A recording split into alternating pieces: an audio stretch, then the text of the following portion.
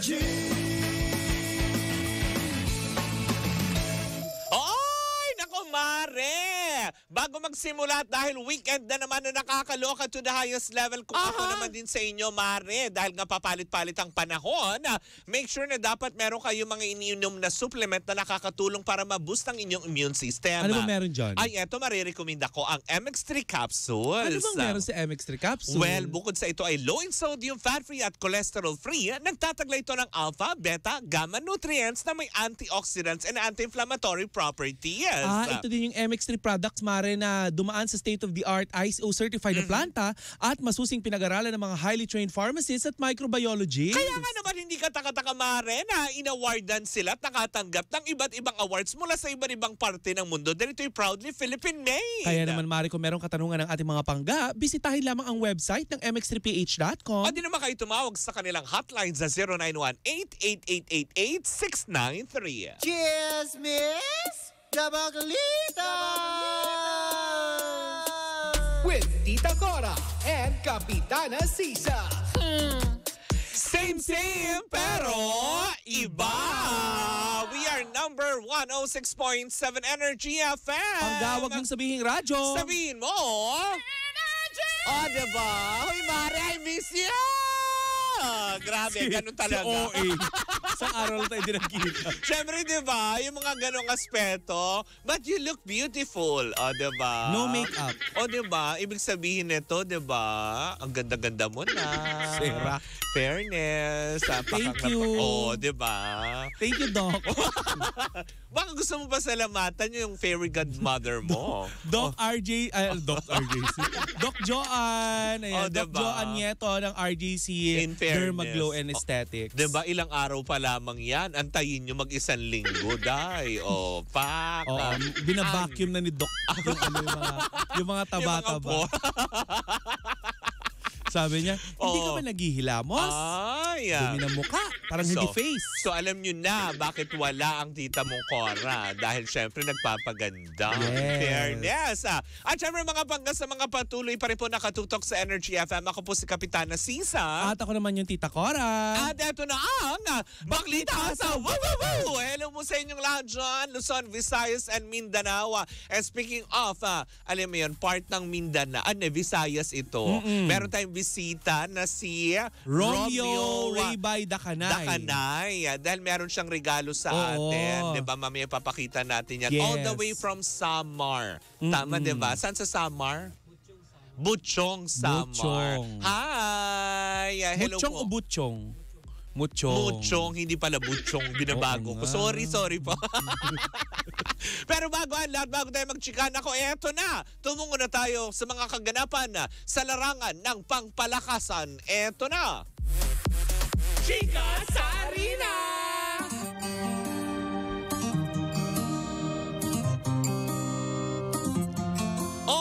Diba? Talaga nga naman. Ito na ang pinakatabayanan ng lahat ang Chika sa Arena. Hatid sa atin yan ang Arena Plus, astig sa sports. Naku, Mare, talaga nga naman, puspuso na ang bakbakan sa palpalan ng mga bola. O, diba? Kung saan nga naman, pinagpasapasakan ang bola kung kanino nga ba mapupunta. Ayan, para sa ikalawang araw kahapon ng pagbubukas ng PVL, diba? Reinforced Conference 2024. Kung saan nga naman kagabi, ayan, kahapon, ay naglaban-laban ang grupong Petrogas Angels versus Zeus Thunderbells. Pero tinalo sila ng Petrogas Angels sa 3 sets na 3-0 din, Mare. Diba? Bagaman talagang humahabol sa puntos ang Zeus Timberbells, pero hindi pa rin talaga nila nakayanan at alam mo yun, sa 3 sets na yon nakuha ng Petrogas Angels ang panalo. Diba? At tinaguriang nga naman best player nila si Brooke Van Sickle. Oh, inisa-isa ko dahan-dahan dahil yung apelido nito baka magkamali ako, diba? Parang ano? Oo. Bawal. Mami, sasabihin niyo na naman na suspindi ako. Oo nga, nagpaganda lang ang lola nyo, kayo naman. Eto na, in fairness, pakak ang kilay. Parang spokesperson. eto na nga si Brooks Sika nga ay nagtamo ng 22 points, 18 attacks, 1 block at 3 aces. Anong inatake, Mare? Well, yung pag-atake ng bola sa gitna ng court. Pinalpala. Parang yung isang DJ dito ganon, na takot sa bola. Mapapanood nyo yun. Imbes na alam mo yun. Imbes na sapuhin. Imbes na volleyball yung laro, naging The Voice Philippines. Ganon. Pero eto na nga, sa ikalawang game naman, nasungkit din ng Akari Chargers ang panalo sa 4 sets na ginanap kahapon yan versus Capital One. Ayan, Solar Spikers, 'di ba? Kung saan nga naman ang tinaguriang kanilang player kagabi, player of the day ay si Oli Ocaro na nagtamo ng 16 points, 14 attacks, 1 block and 1 ace naman. Nakuha din ng Signal HD Spikers ang panalo versus Choco Mucho Flying Titans sa 3 sets din. Pero sabi nga ng ilan man, ito yung pinakamabilis na laro kumpara nung unang araw na umaabot ng 5 sets. Kasi nasimulan nga ng first game nga nitong Petrogas Angels versus Zeus Thunderbells na 3 sets, tapos sa Akari Chargers na Capital One ng 4 sets, at ito sa Signal 3 sets din. Kaya parang sabi nila, ay ang bilis naman, ang bilis nagpalpali ng bola.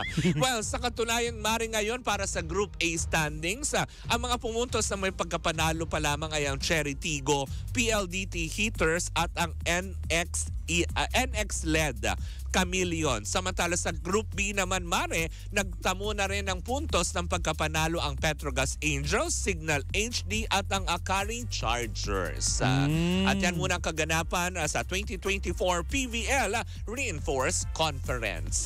At ito naman ang kaganapan. Matutuwa na naman si Sir Chan yan. Sa parisan ni Diwat. Hindi. Saan? Ito nga, Mare, kasi di ba napag-uusapan na din naman natin ang Olympics nung nakaraan. Correct. Kasi Mare, ikinalulugod natin na isa na naman kababayan natin nga ang nakapasok sa Olympics.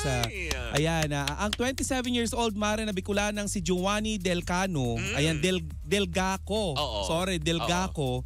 Ang kauna-unahang Pilipina rower sa Olympics at pang-apat sa kasaysayan ng bansa. Noong 2016, Mare, noong 18 years old pa lang siya ay sumabak na si Giovanni sa Olympic quiz, at noong Tokyo 2020 ay 1 segundo ang kanyang, or 1 segundo na lang sana ang makakakuha na siya ng islat. Ngayong Paris 2024 Olympics naman, Mare, ay maganda ang pakita ni Giovanni sa nakaraang World Rowing Asian Ocean qualification sa regata sa Cheongju, South Korea. At ngayong nung nakaraang April, kung saan siya ay naging top 4 women's singles scull, kung saan ang top 5 ay papasok sa Olympics. Kaya naman aabangan natin, Mare, kung magiging maganda kaya ang kapalaran ni Giovanni sa Paris at makakapag-establish ito ng bagong milestone. Ulitin natin, siya ay si Giovanni Delgaco. Palakpakan na naman natin. Isang Pilipino na sasabak sa Paris 2024 Olympics. Correct. Speaking of rowing, di ba? Unang nakilala dyan na celebrity na nagro-rowing ay si Richard Gomez. Yes. Di ba? Habang naka-trunks. Di ba? Yung mga ganun. Tapos habang i-display niya yung... Yes. Nakatanga siya nun, di ba? Yung usong brief line na gano'n. May mga beads. Na habang naka-G-string siya, gano'n. On the floor. Richard Gomez bilang drag queen of the year. Tama, di ba? Drag din pala. Nakakaloka. Mga panahon na rin, may drag din na ba? Hindi pa nauuso. Mali mo naman. Baka hindi niya alam kung ano yung drug den, ha? Ito yung paligsahan ng mga drag queens. Hindi po yan yung tungkol sa droga-droga. Yung mga drag den competition yan para sa mga drag queens tulad nila Marina Summers na nakilala dyan. Well, anyways, mga panggayan po muna ang ating Chika sa Arena. Hatid yan sa atin ang Arena Plus, astig sa sports.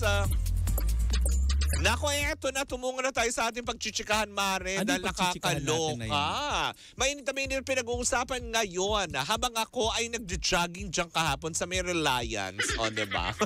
Yung totoo nagja-jogging. Siyempre, alam mo yun, minsan, Mamatay, nagja-jogging. nagja-jogging talaga, Mare. Pero eto ang catch, di ba? Kung minsan kasi, di ba? Siyempre, ang pakay mo doon, lalaki. Di ba? Gusto na totoo. O Hindi. tapos? Kung minsan kasi, yung paghahanap mo ng lalaki, it can turn to very healthy living, gano'n. Kaya ako napapa-jogging. Kasi di ba, pagdating na lang alas 6 ng gabi dyan, lalo dyan sa may Greenfields, ang dami ng mga otokong mga nagjo-jogging. Correct. Kahit minsan hindi ka athletic na tao, nagiging athletic ka. Pero eto, nasagap ko, habang ako ay, alam mo yun, Nagja-jogging at hawak mo ang maraka sa baka. Kopa Cubana. Kumukopa pala ang bakla, Cubana. Oo. Hindi lato-lato yung sinishake ko, Marakas. Marakas. Kopa Cubana. Eto ang nasagap ko, no. Mari. Diba? Habang busy ako at wala akong makitang mensyo kahapon, merong mga chismosang kapitbahay na nagtutumpukan doon at pinag-uusapan nga nila ang napipintong pagpapaalam nitong Carla Estrada sa programang Face to Face ng TV5. Bakit saan siya punta? Nako, Mari. To the moon. Oo, diba? Saan siya punta? Aasikasuhin yung bahay nila sa QC. Charot, Boy. hindi. Oo. Diba nga? Naiinis na siya. Bakit daw kasi pinipilit yung ibenta yung bahay niya, hindi naman na daw binibenta. Diba? Bago pa daw yung hiwalayan. Oo, binibenta. Inaalok na daw yun. Diba? Huwag niyong ipilit. Kaso wala daw kumukuha kasi walang wifi. Malayo. Hindi daw lang. kaya daw doon ng signal ng letter C. Oo nga. Pero eto na, Mare, marami ng spekulasyon na baka sakali daw na marami nagsasabing mga spekula na baka low rating o baka naman kasi talagang, alam mo yon na dahil nga sa hindi umuusad, wala masyadong commercial. Wag po kayo magspekula ng ganon dahil hindi po yan ang dahilan. Anong dahilan? Pero totoo magpapaalam? Magpapaalam daw. Oh, Kasi, alam mo bakit?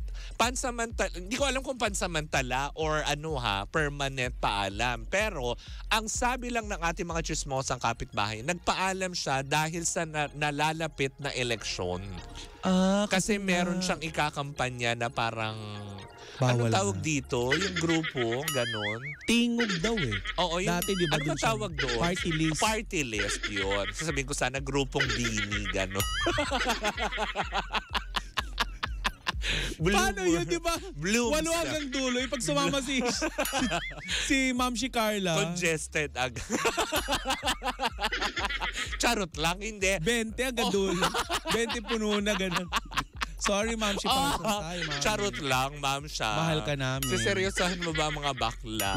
Pero eto na nga, yun lang ang nasagap natin, chika, na parang tipong yun daw kasi ngayon. Pero wala pa daw formal na pagsusumite ng resignation or siguro bakasyon lang na leave. Itong si Carla Estrada. Pero yun lang yung nasagap natin. Sino papalit sa kanya? Ang sabi, etong na-chismisan ko, habang ako yung mo-order doon ng, alam mo Teka yun, lang, Reliance. Sinong scoop? Scoop sa'yo dyan? Wala, sa may Greenfield. Diba sa TV5 yan? Malapit. Hindi, malayo. Sino yung mga kausap mo sa TV5? Nasa Will Tower. Nasa Will Tower yung kausap ko. Ganun. Nag-uusap kami through antenna. Tapos, eto naman ang nasagapan nating chika, mukha daw yatang ang napipisil na ipapalit na host sa iiwanan. Oo, kung ripe na daw. Kung hinog na. Pwede ka na Parang mag-host. abukado, nilapilapirutin, gano'n. Hindi. Ang napipisil daw, pero wala pang kumpirmasyon, ay si Jelly de Belen ang Ay, ipapalit. pwede. Kasi 'di ba? Okay Galing na naman. siya dun eh. Oo, 'di ba? Kasi 'di ba? Okay siya sa mga ganyang host, 'di ba? Sa pag-hosting ng mga ganyang segment kasi alam mo naman din si Miss Jelly de Belen medyo palaban. Pero Diba? nakakaloka doon, baka mamaya sa ending ng mga bawat nag-ano doon, kasama na siya sa pag-away. Kasi fierce tong si Miss Oo, Jelly. 'di ba? Kasi kung minsan alam naman natin. Isama niyo na si Janice. Oo, 'di ba? At yung anak niya. Tapos anak ni buuhin nyo na ulit yung sis. Sis. Sis to sis. Sis to sis. Pero yun pa lang naman ay chika. Harapin mo, sis to sis. Ay, nako, talaga nga. Sila nila Carmina. Oo, no? diba? Nakakalok. Pero yun ay parang ano pa lang naman. Kumaga parang chismis pa lang. Pero yun nga lang din, ang isa sa mga parang, hindi masabi kung confirm na, pero iniintay na lang yung formal submission ng resignation or temporary talagang pagbabakasyon. Ay itong si Miss Carla Estrada. Kasi sa ngayon daw, yun pa lang naman daw yung napag-uusapan. Kaya daw siya muna magbe-beg off. Kasi nga dahil dito sa political career. Ayun na naman, baka mamaya hindi na naman siya makabalik kagaya nung sa ano. Oo, diba? Kasi diba nung natatandaan mo doon yung Magandang sa ano. buhay. Oo, diba? Dahil baka, kumaga nag-resign lang siya dahil may political party din siyang ano. Swain ng comeback. Tapos hindi na, pinalitan na ni Regine. So ano, si Regine pupunta na rin doon? Alam mo lahat ng mga pumapalit kay Ma'am si Carla, may kinalaman kay Ariel Rivera. Ba, oo nga, no? Kasi yung una si Regine. Tapos ngayon na napipinto ayaw ko na naman. magsalita. Do some research, mga bakla. Doon naman sa ngayon naman, kung sakali, si Jelly de Belen naman. Naku, nakakaloka. Tapos ano magiging theme song? Sana kahit minsan. Ay, sis to sis tayo.